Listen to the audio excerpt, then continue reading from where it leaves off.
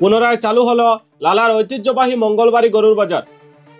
স্বস্তি ফিরল ব্যবসায়ী মহল, ক্রেতা বিক্রেতা ও সাধারণ মানুষের মধ্যে। দীর্ঘ প্রতীক্ষার অবসান ঘটিয়ে আজ পুনরায় চালু হলো হাইলাকান্দি জেলার শতাব্দী প্রাচীন লালা মঙ্গলবাড়ি গরুর বাজার। বাজার চালু হওয়ায় সন্তোষ প্রকাশ করেছেন লালা শহরের সর্বস্তরের ব্যবসায়ী ও সাধারণ মানুষ। বিগত 2 সপ্তাহ ধরে বাজার বন্ধ থাকার শহরের অর্থনীতিতে ব্যাপক প্রভাব পড়ে। স্থানীয় ব্যবসায়ীদের দাবি, এই অল্প সময়েই কয়েক কোটি টাকার আর্থিক ক্ষতি হয়েছে বাজার এবং শহর জুড়ে। লালা মঙ্গলবাড়ি গরুর বাজারের সঙ্গে প্রত্যক্ষভাবে যুক্ত হাজার হাজার পরিবারের জীবিকা। গরু ক্রয় বিক্রয় যাদের আয়ের প্রধান উৎস। শুধু তাই নয়, এই বাজারের আয় থেকেই পরিচালিত হয় একটি মাদ্রাসা শিক্ষা প্রতিষ্ঠানও। স্থানীয়রা জানান, 1902 সাল থেকে বৈধভাবে এবং শান্তিপূর্ণভাবে পরিচালিত হয়ে আসছে এই শতাব্দী প্রাচীন গরুর বাজার।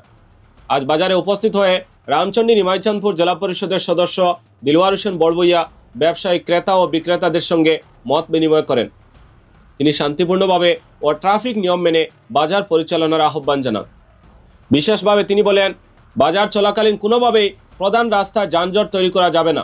শনিবারই মন্দির সংলগ্ন এলাকায় গরু ওঠানামা সম্পূর্ণরূপে নিষিদ্ধ থাকবে। গরু নামানো উঠানো হবে লালা কলেজ রোড ব্রিজ সংলগ্ন নির্দিষ্ট এলাকায়। সেখান থেকে সকলকে পায়ে হেঁটে গরু মহিষ বাজার এলাকায় নিয়ে আসার অনুরোধ জানান জেলা পরিষদ সদস্য দিলওয়ার। তিনি আশা প্রকাশ করেন, অতীতের মতো এবারও এই ঐতিহাসিক বাজার সুন্দর, সুশৃঙ্খল ও শান্তিপূর্ণ উপায়ে পরিচালিত হবে। দিলওয়ার হোসেন বড়বুইয়া আরও জানান, লালা মাদ্রাসা কমিটি এই বাজার পরিচালনা করে এবং এটি মাদ্রাসার ওয়াকফ সম্পত্তির অংশ।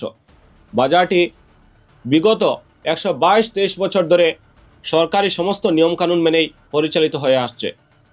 প্রসঙ্গত উল্লেখ্য, বন্যা পরিস্থিতি পরিদর্শনে মুখ্যমন্ত্রী হাইলাকান্দি সফরে এসে 5 গ্রামের জাতীয় সড়কের পাশে পরিচালিত একটি গরুর বাজার দেখে তদন্তের নির্দেশ দেন।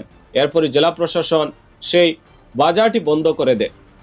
তবে আশ্চর্যজনকভাবে এরপর লালার শতাব্দী প্রাচীন বৈধ মঙ্গলবাড়ি গরুর বাজার সহ জেলার আরও বেশ কয়েকটি গরুর বাজারও মৌখিকভাবে বন্ধ করে দেওয়া হয়, এমনই অভিযোগ ওঠে। জানিয়ে জেলা জুড়ে দেখা দেয় তীব্র ক্ষোভ ও অসন্তোষ এবং প্রশাসনের সিদ্ধান্ত নিয়ে প্রশ্ন তুলেন অনেকেই।